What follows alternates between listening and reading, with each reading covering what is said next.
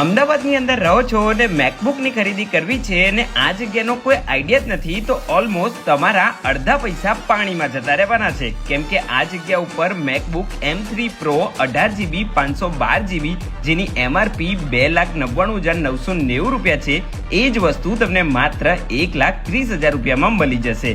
Warranty વાળું જોઈએ છે તો માત્ર 1,40,000 રૂપિયાની અંદર મળી જશે.